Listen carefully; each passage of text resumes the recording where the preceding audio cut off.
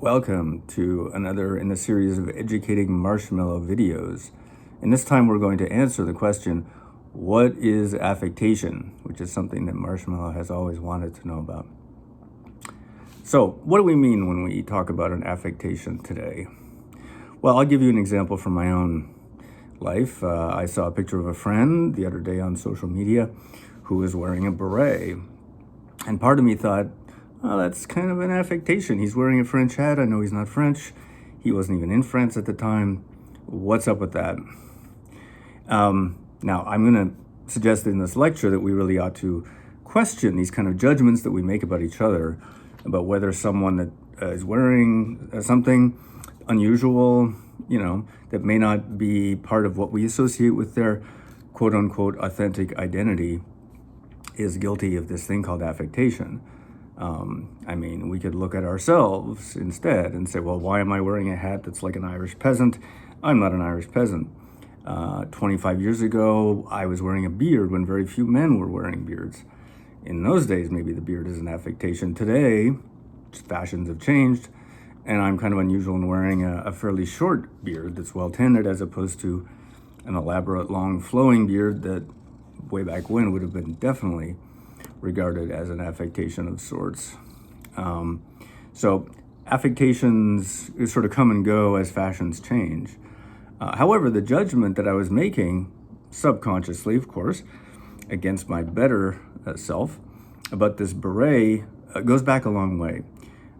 Because when the concept of affectation surfaced in Renaissance European culture, it was often applied to national traits, so that something done by a French person would look weird or sound weird if it was done or said by an English person. Same goes for Italian manners and so forth. And there's a funny phrase that pops up in one of the texts that I've consulted. Roger Ascham says that the Italians say, Inglese italiano è un diavolo incarnato. In other words, an Englishman who is Italianate is an incarnate devil. Let's not go that far, but this idea of linking affectation to the adoption of a foreign habit or manner or way of speaking is fairly old. And all right, and we're going to go back even further than that to trace the origins of stylistic affectation. Aristotle, of course, is maybe the first to come up with some language concerning this, but he calls it tapsikra, the four frigidities.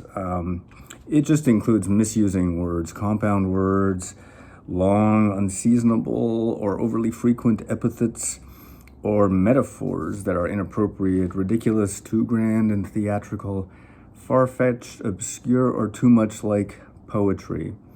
And it's got to be said that poetry is always suspected of some form of affectation. A lot of poetic devices are deemed to be affectations in prose.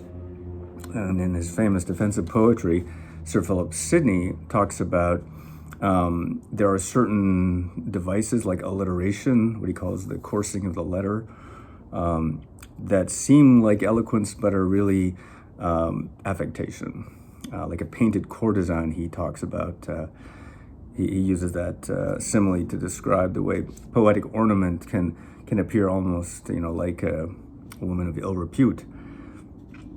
Anyway, Aristotle also gives us an important formulation when he talks about the need to avoid appearing artful, which is crucial in avoiding affectation.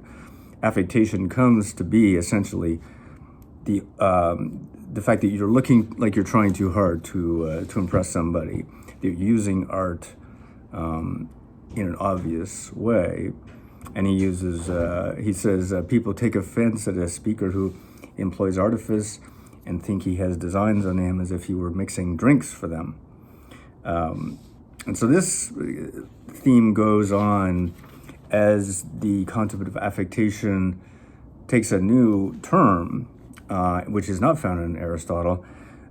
Pseudo-Demetrius, gotta love a pseudo, seems to coin a term that we now know as kakozelon, which is literally just a taste for the bad or bad taste. And this is not a word found in any previous texts. He says that there is a defective style perilously near to the elegant. And to this I give the name of affected kakozelon. And again, it's like outlandish metaphors and so forth that are suspect of this. Now, one of the foremost scholars of kakozelon is a guy named H.D. Jocelyn, sort of my role model, who wrote for the Liverpool Latin Society. And he sort of summarizes the thinking on kakozelon in various texts. One common feature to the locutions against which this charge of kakozelon is recorded is that they openly paraded artificiality and sought to surprise readers and hearers with novelty at the expense of lucidity. It was, on the other hand, good art which, according to an opinion of Aristotle, often repeated in ancient writings, sought to conceal itself. And this is where we get the phrase ars escelare artem, the art of concealing one's art, is the way to try to avoid affectation. But that becomes very tricky, of course. And we'll see that one of the main theorists of affectation is Quintilian, who's the Latin rhetorician, whose works I've cited most often in my book about Hamlet, who uses the word kakozelia, or kakozelon, to describe affectation. But he translates it into Latin as mala adfectatio, though he later shortens that phrase up to just adfectatio, which is where we get the word affectation. And here's what he has to say about kakozelia mala adfectatio. It is a fault found in every type of style. The same name covers the turgid, the trivial, the luscious, the redundant, the far-fetched, and the extravagant. In short, it is the name given to whatever goes beyond the demands of good style. When the mind shows a lack of judgment and is deceived by the false appearance of good, it is the worst of all faults of eloquence, because the rest are due to failure to avoid them, whereas this is deliberately sought. Kakozelon is always false. The word denotes what is said otherwise than is natural, right, or adequate. Style is corrupted in as many ways as it can be ornamented. And this becomes kind of important, that every virtue in one's style, whether it be oratorical style or writing style, can turn into a vice if it's not employed in good taste. So the question is, well, how do we know the difference? And that question is much debated. So here we want to turn to Castiglione, the author of the Book of the Courtier, who comes up with some concepts in which to talk about affectation and how to avoid affectation. He comes up with the concept of sprezzatura, which is essentially the art of appearing to be artless. Literally, sprezzatura means sort of disdain or negligence. It's often translated as studied negligence. But it was a term that was essentially untranslatable into English when Sir Thomas Hoby tried to translate the Book of the Courtier into English. Well, he did translate it, he didn't try. He did his best, we'll say. But for affectazione, Hoby was kind of at a loss. He translates it sometimes as curiosity, to use a pre-existing English word, because the word affectation itself was not always well accepted. And this word curiosity comes up many times later, including the work of Oscar Wilde, where it signifies homosexuality, but it also retains its earlier link to affectation. And this form of curiosity is not what we think of as curiosity. It means taking a lot of care over something, not, intellectual inquisitiveness. So that's something to think about when we encounter it later in works like Hamlet and also in Wilde's work. So, what is sprezzatura? Well, again, Hobie translates it also as recklessness, and he didn't yet have the French word nonchalance, which became part of English later on. But that is how we would currently translate sprezzatura. I think that's how Charles Singleton translates it anyway.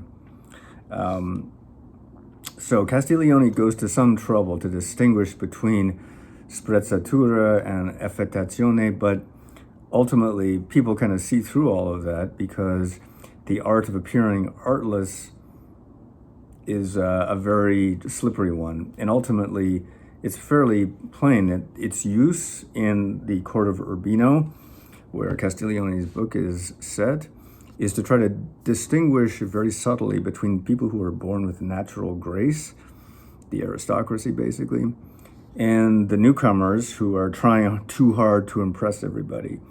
So the old nobility would have sprezzatura, but the people who are trying to imitate the grace of the nobility, they have affectation. And that sort of slippery slope, let's say, poses a lot of problems for various writers who have tried to wrestle with the concept of affectation in the early modern period. And the one who maybe does the most honest job of that is Michel de Montaigne, who's the French essayist who is pretty influential and who a lot of people have linked with Shakespeare along these lines.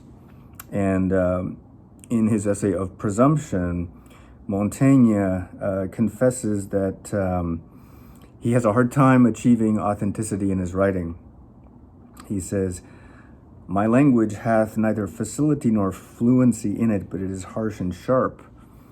And so it liketh me, if not by my judgment, yet by my inclination.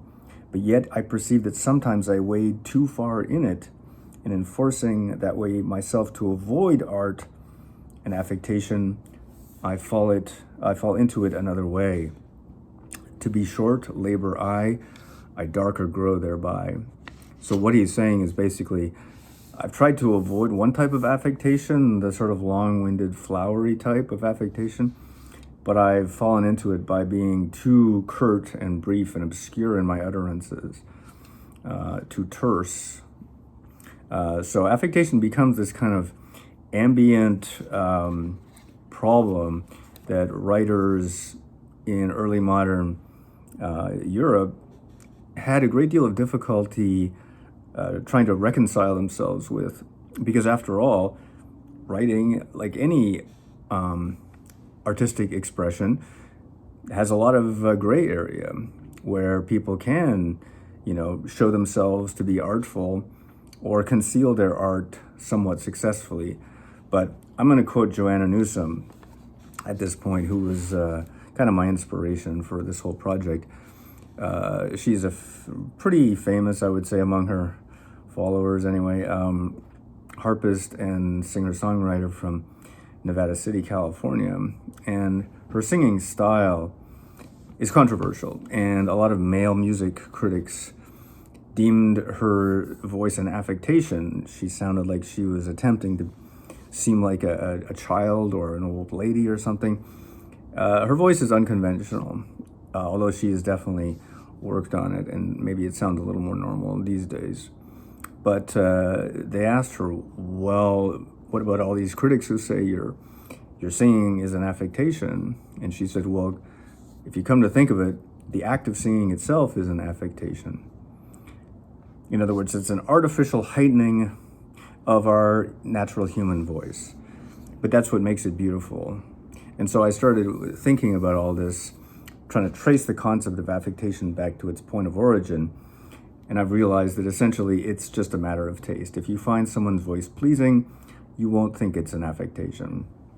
You'll think that the performance is successful.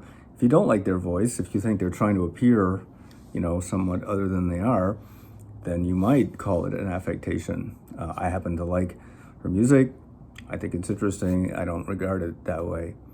But anyway, the text in which affectation is most kind of troublesome, as I see it, is Shakespeare's Hamlet, where I'm not going to get into the lectures that I gave on that in great detail, but basically I read Hamlet's problem as the fact that he has the concept of affectation in his brain and he's kind of obsessed with it, but he doesn't yet have the word to call it what it is. He refers to it as affection, which of course is a very different concept. So he's using what I term a catachresis of bringing a new meaning to bear on an older word in a way that kind of radically destabilizes his idea of love or any natural feeling whatsoever. And he suspects himself of radical inauthenticity because of that. So we'll just leave it there and move on to post-Shakespearean discussions of affectation. And maybe the most interesting ones come in Restoration drama, at least the first ones that I'm going to consider. In particular, Congreve's Love for Love, where we have a fairly Hamlet-like character named Valentine, who is pretending to be insane, like Hamlet is. And at one point in the play, he says, I know no effectual difference between continued affectation and reality. So if you think about it, what he's doing is he's kind of debunking the idea that there's some fundamental ontological difference between authentic being and ongoing affectation, right? You are who you are acting like, essentially. If you continue, to speak with a French accent or whatever, that's who you are fundamentally. There's no way of distinguishing between those two.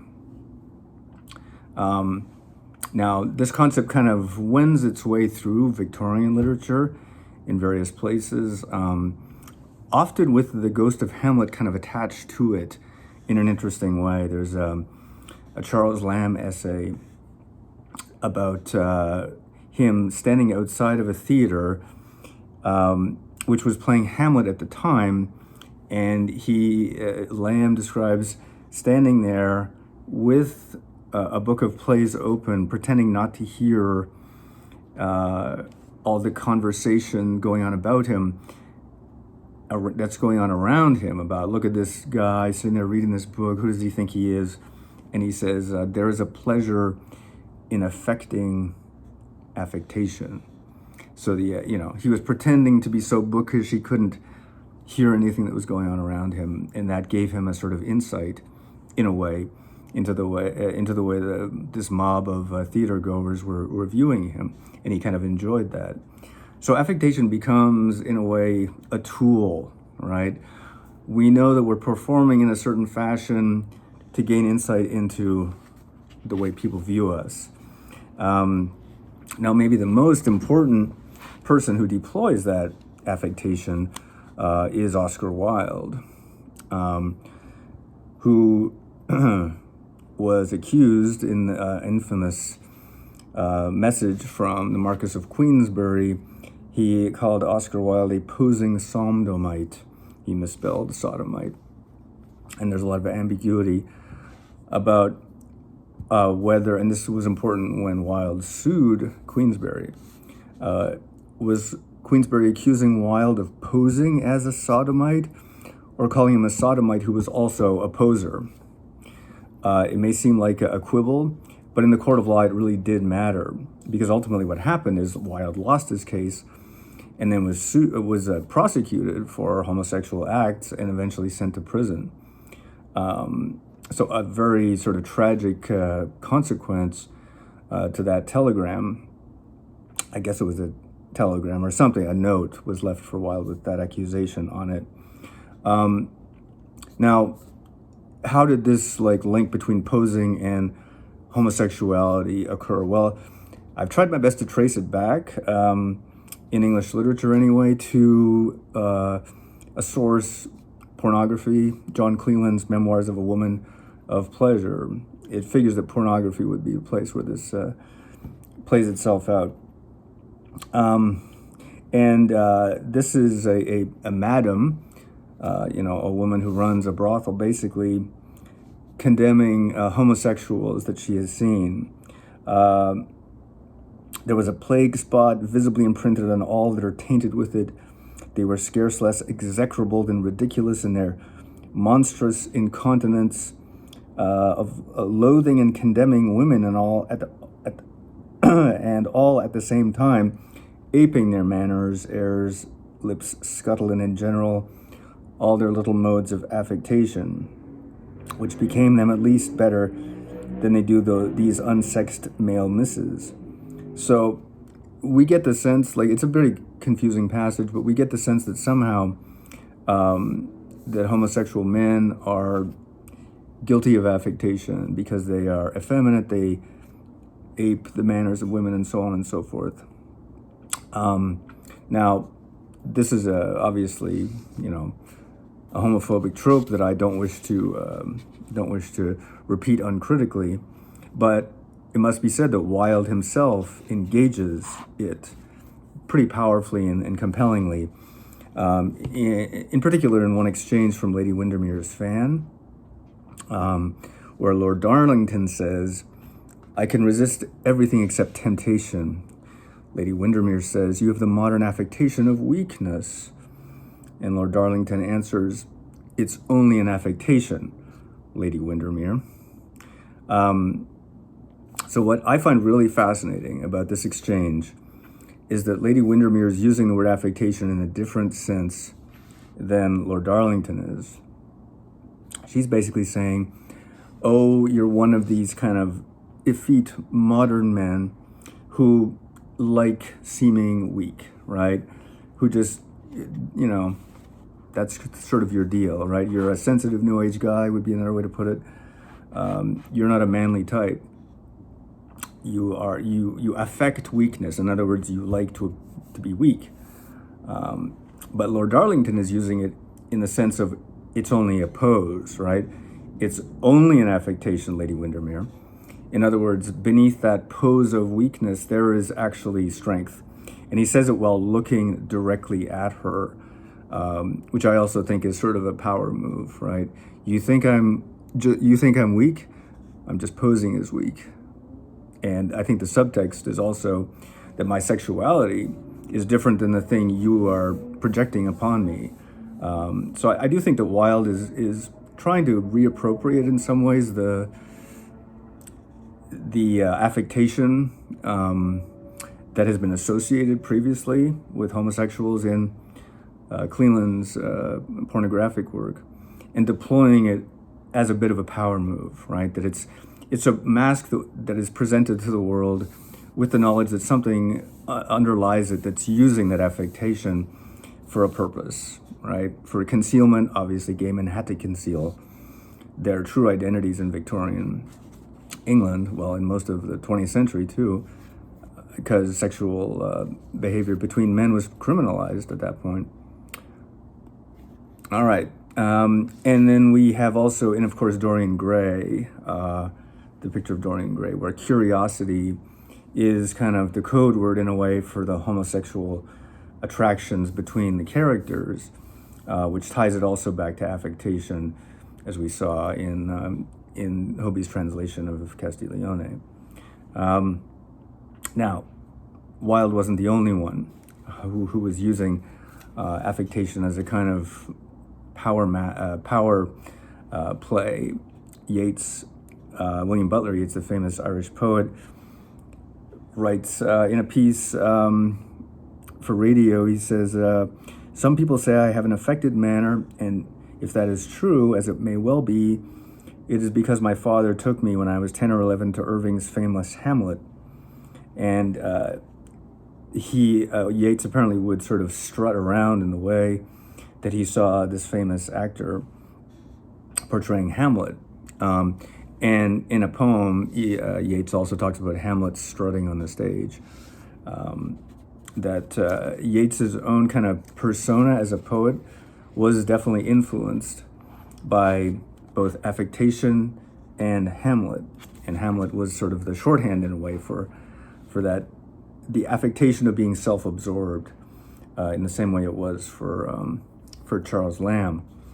Now, finally, I want to get back to the sort of misogynistic overtones of affectation that I think are present in the criticisms of Joanna Newsom, and that I also touch upon in pretty significant detail in my book on Hamlet.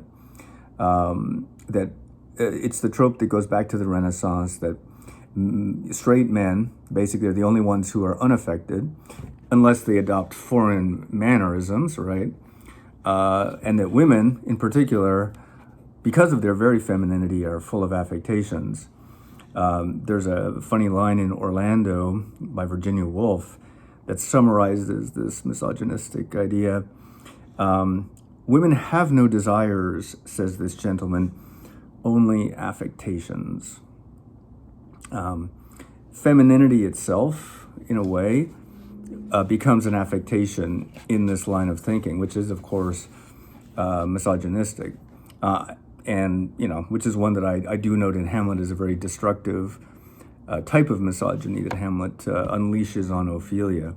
But it's a trope that surfaces all over the place in early modern writing about how women are basically just creatures of their passions, of their affections, and they have no reason to guide them. So obviously that's sexist nonsense. However, I'll close with a final, more positive spin on feminized affectation, which comes from Rachel Greenspan, who actually uses the trope of the simulated orgasm, right? Most famously depicted by Meg Ryan, as a place where women can kind of perform something that is indistinguishable from reality. She says that she wants to contest rigid distinctions between real and simulated affect in order to affirm the reflexive relationship between these categories and explore the queer pleasures made possible by and available through affectation. All right, so that's another way of thinking about how affectation can not only be a performance, but can also be a pleasurable performance. As Lamb said, there can be a pleasure in affecting affectation. Thanks for listening.